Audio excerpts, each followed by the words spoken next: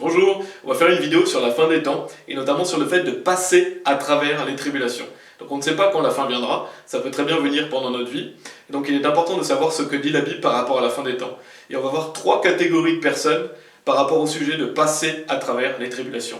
Déjà bien sûr il faut vous assurer d'être sauvé. La Bible dit crois au Seigneur Jésus-Christ et tu seras sauvé. Donc si vous mettez votre confiance en Jésus-Christ, vous recevez la vie éternelle, vous avez l'assurance d'aller au paradis. Et je vous invite à voir la vidéo en lien si vous n'êtes pas sûr d'aller au paradis. Bien sûr, assurez-vous donc d'être sauvé. Deuxième point, c'est qu'on va voir brièvement le timing de l'Apocalypse, donc le timing des événements, de certains événements. Et je vous invite à regarder Après la Tribulation, qui est un film documentaire qui est sur cette chaîne, si vous n'avez pas encore vu, qui ira bien plus en détail et qui expliquera bien mieux justement l'Apocalypse. Donc il faut savoir qu'il va y avoir des tribulations qui vont durer 3 ans et demi. Ensuite, il y aura une grande tribulation qui va durer 75 jours. Ensuite, il y aura le retour de Jésus-Christ, l'enlèvement. Et ensuite, il y aura 3 ans et demi où Dieu va déverser sa colère sur la terre. Et les chrétiens vont passer à travers les tribulations. L'enlèvement est après les tribulations, avant la colère de Dieu. Donc, nous allons vivre en tant que chrétiens les tribulations si ça a lieu pendant notre vie. Et donc, les tribulations vont toucher toute l'humanité. Il y aura une guerre mondiale. Et Matthieu chapitre 24, versets 7 à 8, nous dit à ce sujet, au sujet des tribulations, « Car il s'élèvera nation contre nation, et royaume contre royaume, et il y aura famine et épidémie et tremblement de terre en divers lieux. Toutes ces choses sont le commencement des douleurs. » Donc là, Jésus nous explique ce qui va arriver à la fin des temps. Donc il y aura des guerres, une guerre mondiale, des épidémies, des tremblements de terre, etc. Et dans Apocalypse chapitre 6, des versets 1 à 9, on va pas y aller, mais ça nous parle des 4 premiers sceaux, et donc des 4 chevaliers de l'Apocalypse. Donc ces 4 chevaliers de l'Apocalypse, ça sera justement pendant les tribulations, et on voit les guerres, les épidémies, les famines, etc. Donc il y aura beaucoup de morts. C'est une période de grand trouble. Et donc ça, c'est la tribulation. La grande tribulation, c'est une persécution des chrétiens. L'Antéchrist voudra mettre à mort les chrétiens, et donc ce qu'on appelle la grande tribulation va durer 75 jours. Et ça, c'est vraiment ciblé sur les chrétiens. Dans Matthieu chapitre 24, versets 21 et 22, il est dit à ce sujet « Car alors il y aura une grande tribulation, telle qu'il n'y en a pas eu depuis le commencement du monde, jusqu'à maintenant, non, il n'y en aura jamais plus. Et si ces jours-là n'avaient été abrégés, aucune chair ne serait sauvée, mais à cause des élus, ces jours-là seront raccourcis. » Donc là, ça nous parle de la grande tribulation, qui sera une persécution des chrétiens. Et dans Apocalypse chapitre 13, verset 7, il est dit aussi à ce sujet, donc en parlant de l'Antichrist, « Et il fut donné de faire la guerre aux saints et de les vaincre, et le pouvoir lui fut donné sur toute parenté, et langue et nation. » Donc on voit qu'il y aura une guerre contre les saints, et donc que les chrétiens seront mis à mort. Et bien sûr, il n'est pas sujet d'avoir peur. Dieu ne nous a pas donné un esprit de crainte, mais de force, et d'amour et de bon sens. Donc c'est pas question d'avoir peur, c'est question de savoir ce qui va se passer. Et il y aura donc le retour de Jésus-Christ. Le retour de Jésus-Christ, et après les tribulations. Dans Matthieu chapitre 24, versets 29 à 31, il est dit à ce sujet, immédiatement après la tribulation. Donc on voit que le retour de Jésus est vraiment immédiatement après la tribulation. La Bible est claire à ce sujet. De ces jours-là, le soleil s'obscurcira, et la lune ne donnera pas sa lumière, et les étoiles tomberont du ciel, et les pouvoirs des cieux seront ébranlés. Et alors apparaîtra le signe du Fils de l'homme dans le ciel, et alors toutes les tribus de la terre seront dans le deuil, et elles verront le Fils de l'homme venant dans les nuages du ciel, avec pouvoir et grande gloire. Et il enverra ses anges avec un grand son de trompette, et ils rassembleront ses élus des 4 vents depuis un bout du ciel jusqu'à l'autre bout. Donc on voit l'enlèvement, et ensuite la colère de Dieu sera déversée sur terre. Quand les croyants seront enlevés, ensuite Dieu va déverser sa colère sur la terre. Dans Apocalypse chapitre 6, versets 16 et 17, à ce sujet il est dit, là je fais vraiment une brève description, je vais dans plusieurs versets pour vous montrer un peu le timing. Il est dit, « Et il disait aux montagnes et aux rochers, tombez sur nous et cachez-nous de la face de celui qui est assis sur le trône et du courroux de l'agneau, car le grand jour de son courroux est venu, et qui sera capable de résister ?» Donc ce grand jour de courroux, c'est le jour de Christ. Après l'enlèvement, c'est la colère de Dieu qui est déversée sur terre. Et donc l'enlèvement, c'est le jour de Christ. Dans 2 Thessaloniciens chapitre 2, on voit aussi cette notion de jour de Christ. Et on voit que l'enlèvement n'arrivera qu'après les tribulations. Et donc, Dieu va déverser sa colère sur la terre. Et donc ça, c'est la deuxième partie, c'était un bref timing de l'Apocalypse. Là, on va voir dans une troisième partie, en détail, les 3 catégories de personnes qui vont passer à travers les tribulations. Et on va voir un peu plus la deuxième et la troisième catégorie, plus brièvement la première. Et la première catégorie, c'est justement la catégorie dans laquelle on ne veut pas être en tant que chrétien. Parce que là, je parle à des personnes sauvées, je parle à des chrétiens. Ces trois catégories de personnes, ce sont des personnes sauvées. La première catégorie, c'est la catégorie dans laquelle on ne veut pas être, tout simplement. Ce sont les personnes qui ne vivent pas pour Dieu. Ce sont les personnes sauvées, des personnes qui sont sûres d'aller au paradis, qui sont sauvées, mais qui ne vivent pas pour Dieu, qui vivent dans la chair, qui vivent dans le monde, qui ne servent pas Dieu. Et ces personnes-là vont très certainement mourir pendant les guerres, pendant les épidémies, de famine, etc. Parce que ces personnes-là ne vivent pas pour Dieu. Et donc ce n'est pas une mort pour Christ, c'est simplement une mort qui n'honore pas Dieu, tout simplement. Et dans cette catégorie, on ne veut pas être. Et c'est très important de savoir qu'on ne peut pas survivre sans Dieu. Vous ne pourrez pas survivre aux tribulations, vous ne pourrez pas survivre à tous ces événements qui vont arriver sans Dieu. C'est impossible. C'est Dieu qui protège, c'est Dieu qui pourvoit, c'est Dieu qui va nous nourrir. Et on ne pourra pas survivre par soi-même. Il nous faut Dieu. Donc il faut avoir confiance en Dieu, il faut servir Dieu, et Dieu va nous aider à passer à travers justement tous ces événements difficiles. Parce que c'est Dieu qui protège, et c'est Dieu qui va nous nourrir pendant les tribulations. Il vaut mieux ne rien avoir préparé, n'avoir aucune réserve, rien avoir préparé pour survivre, et avoir Dieu, plutôt que d'avoir fait tout un tas de préparations, d'avoir un bunker, d'avoir des aliments, et ne pas vivre pour Dieu. Il vaut mieux avoir Dieu avec soi, plutôt que d'essayer de survivre par soi-même, car c'est voué à l'échec de survivre par soi-même. Et donc,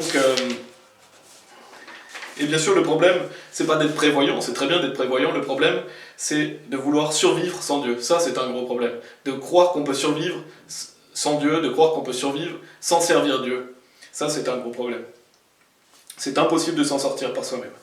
Et c'est Dieu qui va nous nourrir. Dans Apocalypse chapitre 12, verset 6, on reviendra sur ce verset un peu plus loin, mais on va lire le verset 6 d'Apocalypse chapitre 12, où il est dit « Et la femme s'enfuit dans le désert, où elle a un lieu préparé par Dieu, afin qu'on la nourrisse là 1260 jours. » Et donc la femme qui représente Ève, mais aussi qui représente à certains moments différentes choses. Ça peut représenter aussi Israël, ça représente aussi, la semence de la femme représente aussi les chrétiens. Mais en règle générale, je ne vais pas rentrer dans les détails, mais ça représente Ève, qui s'enfuit dans le désert. Et ici ça parle justement des chrétiens qui vont s'enfuir dans le désert, où elle a un lieu préparé par Dieu. Et le désert, on va le revoir un peu plus en détail, mais le désert, ça représente la tentation, ça représente les tribulations. Elle a un lieu préparé par Dieu, et ce que je veux souligner, c'est qu'il est dit, afin qu'on la nourrisse là 1260 jours. Donc qui c'est qui va nous nourrir? Qui c'est qui nous prépare un lieu pour survivre? C'est Dieu, c'est pas nous-mêmes. Et c'est 1260 jours, c'est la durée des tribulations. Donc on va revenir sur ce verset, mais simplement je voulais souligner par rapport à la première catégorie de personnes, que c'est Dieu qui va nous permettre de survivre, c'est pas nous-mêmes. Et Dieu, il y aura beaucoup de miracles à la fin des temps, c'est une certitude, parce que pour passer à travers tous ces événements, il faudra des miracles, il faudra la protection de Dieu. Et donc, comme par exemple Pierre a été délivré de la prison, certaines personnes seront délivrées, Dieu va agir et faire des miracles dans nos vies, donc ce sera vraiment une période incroyable. Et bien sûr, Dieu est tout-puissant, il est le Créateur, donc rien n'est impossible à lui. Si vous avez confiance en Dieu, Dieu peut faire toutes choses, alors que vous êtes limité, vous n'êtes qu'un humain. Donc ça, c'est la première catégorie de personnes, on ne veut pas être dans cette catégorie, et on veut plutôt être dans la deuxième et la troisième catégorie. La deuxième catégorie, ce sont les personnes qui voudront mourir pour Christ, donc les personnes qui seront martyrs. Il y a plusieurs personnes dans la Bible qui sont martyrs, par exemple Étienne, Jacques, donc ce sont les personnes qui voudront mourir pour Christ. Et c'est une mort qui glorifie Dieu et qui sera récompensée. Dans Psaume 116, verset 15, il est dit « Précieuse aux yeux du Seigneur est la mort de ses saints ». Donc c'est précieux aux yeux du Seigneur la mort de ses saints. Cela glorifie Dieu que de mourir pour lui. Dans Apocalypse chapitre 6, verset 9, Apocalypse chapitre 6, verset 9, qui est le 5e sceau, donc les 4 premiers sceaux sont les 4 chevaliers de l'Apocalypse. Le 5e sceau, qui est décrit dans Apocalypse chapitre 6, verset 9, nous dit « Et lorsqu'il eut ouvert le 5e sceau, je vis sous l'autel les âmes de ceux qui avaient été tués pour la parole de Dieu et pour le témoignage qu'ils avaient tenu. » Ce sont des personnes qui sont mortes pour Dieu, qui ont été tuées pour la parole de Dieu et pour le témoignage qu'ils avaient tenu. Donc ça, c'est une mort qui glorifie Dieu, c'est une mort honorable. Apocalypse chapitre 2, verset 10 nous dit aussi « Ne crains aucune des choses dont tu souffriras. Voici le diable jettera quelques-uns d'entre vous en prison, afin que vous soyez éprouvés, et vous aurez 10 jours de tribulation. Sois fidèle jusqu'à la mort, et je te donnerai une couronne de vie. » Donc on voit que des gens seront mis en prison, on voit qu'on sera éprouvé, Et la Bible dit « Sois fidèle jusqu'à la mort et je te donnerai une couronne de vie ». Donc si vous êtes fidèle jusqu'à la mort, si vous mourrez pour Christ, vous aurez une couronne de vie. Donc c'est une merveilleuse récompense et c'est quelque chose d'honorable. On a bien sûr la mort d'Étienne, dont je vais parler brièvement, dans Actes chapitre 7. On va lire les versets 55 et 56. Justement, juste avant qu'Étienne meure, Étienne va mourir en martyr parce qu'il a témoigné de Dieu. Il est dit au verset 55, « Mais lui, étant plein de l'Esprit Saint, regarda fermement au ciel et vit la gloire de Dieu, et Jésus se tenant debout à la main droite de Dieu. Et dit, Voici, je vois les cieux ouverts, et le Fils de l'homme se tenant debout à la main droite de Dieu. » C'est vraiment des versets magnifiques. On voit qu'Étienne voit la gloire de Dieu. Et qu'est-ce qu'il voit? Il voit Jésus se tenant debout à la main droite de Dieu. Et en plus, c'est répété au verset 56. Et c'est intéressant de noter que Jésus est debout. La plupart des versets mentionnent le fait que Jésus est assis à la main droite de Dieu. Là, il est mention qu'il est debout. Pourquoi? Parce que la mort d'Étienne glorifie Dieu. Jésus se met debout pour cela. Précieuse, justement, est la mort des saints pour le Seigneur. Et on voit ici que Étienne glorifie Dieu et que c'est vraiment une mort honorable, une mort qui glorifie Dieu. Donc c'est intéressant de noter que Jésus est debout. Et en plus que c'est répété 2 fois, donc ça veut dire que c'est important de le souligner. Et dans Hébreux chapitre 11, verset 35, justement on voit que des personnes veulent mourir pour Christ, veulent mourir pour Dieu, pour avoir une meilleure résurrection. Donc il y a la couronne de vie, il y a la meilleure résurrection. Voilà, au verset 35, il est dit « Les femmes reçurent leur mort ressuscitées de nouveau à la vie, et d'autres furent torturées, n'acceptant pas la délivrance, afin qu'ils puissent obtenir une meilleure résurrection. » Si vous mourrez pour Christ, vous aurez une meilleure résurrection, vous aurez un corps plus glorieux, et vous serez récompensés. Et c'est intéressant de souligner qu'il est dit « n'acceptant pas la délivrance ». Ça veut dire qu'il y avait une possibilité d'être délivré. Ce sont des personnes qui ne vont pas accepter d'être délivrées, mais qui vont vouloir mourir pour Christ. Parce qu'ils veulent une meilleure résurrection, ils veulent mourir pour Dieu, ils veulent glorifier Dieu dans leur mort. Et justement, ça nous mène au 3e point. Et le 3e point, c'est que ces personnes n'ont pas accepté la délivrance. Ça veut dire qu'il y avait une délivrance qui était proposée. Ils ont choisi eux-mêmes de mourir pour Christ. Et donc, ça veut dire que Dieu ouvre une porte pour la délivrance. Et comme on vient de voir, certains veulent mourir pour Christ.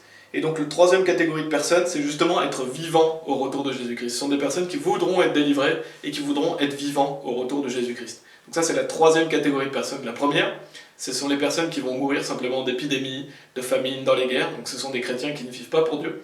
La 2e, ce sont les personnes qui vont vouloir mourir pour Christ. Et la 3e, ce sont les personnes qui veulent être vivants au retour de Jésus-Christ. À ce sujet, Apocalypse chapitre 3, versets 8 à 10 nous dit, versets 8 et 10, pardon, Apocalypse chapitre 3, « Je connais tes œuvres, voici j'ai placé devant toi une porte ouverte, et aucun homme ne peut la fermer, car tu as peu de force, et tu as gardé ma parole, et tu n'as pas renié mon nom. » Verset 10, « Parce que tu as gardé la parole de ma patience, je te garderai aussi de l'heure de la tentation, laquelle viendra sur tout le monde pour éprouver ceux qui demeurent sur la terre. » Et donc, la notion de tentation au verset 10, ça parle des tribulations. Et donc, on voit ici que ça parle de ce qui va arriver à toute l'humanité. Ça parle vraiment des tribulations et pas que de la grande tribulation. Ça parle vraiment des tribulations. Ce qui va arriver à tout le monde, à toute l'humanité. Et donc, il est dit, Dieu dit, je te garderai aussi de l'heure de la tentation. Donc, on voit que Dieu va protéger certaines personnes pendant les tribulations. Et il protège quelles personnes? Bien sûr, ce sont des personnes sauvées. Et quelles personnes? Des personnes qui ont gardé sa parole, des personnes qui n'ont pas renié son nom, et des personnes qui ont gardé la parole de sa patience. Donc ce sont des chrétiens qui vivent pour Dieu, qui ont confiance en Dieu, et qui portent du fruit à Dieu. Et c'est ça qui est très important. Si vous voulez être vivant lors du retour de Jésus-Christ, alors mettez votre confiance en Dieu, et agissez pour lui. Gardez sa parole, ne reniez pas son nom, et gardez la parole de sa patience. Et Dieu vous promet quoi? Il vous promet de vous garder aussi de l'heure de la tentation. Donc il promet de vous protéger pendant les tribulations, laquelle viendra sur tout le monde pour éprouver ceux qui demeurent sur la terre. Donc pour être vivant au retour de Jésus-Christ, il faut servir Dieu. Et notamment donc, pour survivre aux 4 premiers sauts, qui viendra sur tout le monde entier. Donc c'est une promesse de Dieu. Cette promesse est tournée envers les personnes sauvées qui vivent pour Dieu.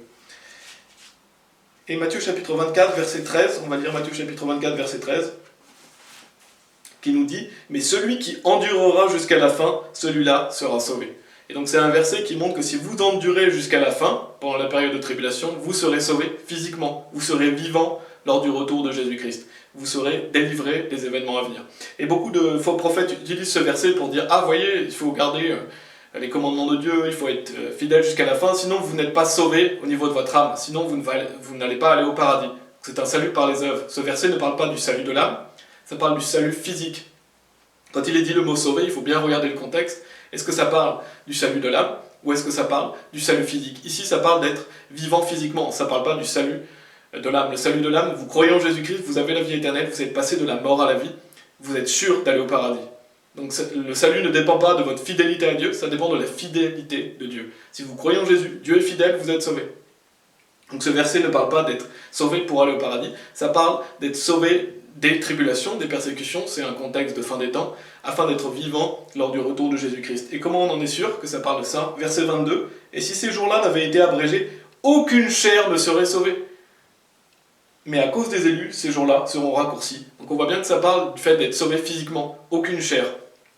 Et donc ça montre que Dieu va abréger ces jours, la grande tribulation va durer que 75 jours, et il n'y aura que ceux qui endurent jusqu'à la fin qui seront sauvés, donc qui vont passer à travers ces tribulations. Ça montre encore une fois le fait que pour passer à travers ces tribulations, il faut endurer, il faut vivre pour Dieu. Et Luc chapitre 21, verset 36, aussi qui est vraiment un verset magnifique que je vous encourage fortement à apprendre par cœur et à méditer, si vous voulez justement être vivant lors du retour de Jésus-Christ. Luc chapitre 21, qui est aussi un chapitre qui traite de la fin des temps. Il y a Matthieu chapitre 24, Marc chapitre 13, Luc chapitre 21, qui nous parle de la fin des temps, dans les évangiles. Il est dit « Veillez donc et priez sans cesse, afin que vous soyez estimés dignes d'échapper à toutes ces choses qui arriveront et de vous tenir debout devant le Fils de l'homme. » C'est vraiment un verset magnifique. Si vous l'êtes estimé digne d'échapper à tout ce qui va arriver et de vous tenir debout devant le Fils de l'homme, alors la Bible dit « Veillez donc et priez sans cesse. » Donc ce sont deux choses clés, veiller et prier. Donc il faut demander à Dieu demander à Dieu d'être présent lors du retour de Jésus-Christ, d'être vivant lors de son retour. Priez pour cela. Désirez ardemment, si vous voulez être vivant lors du retour de Jésus-Christ, désirez ardemment que Dieu vous offre cette bénédiction.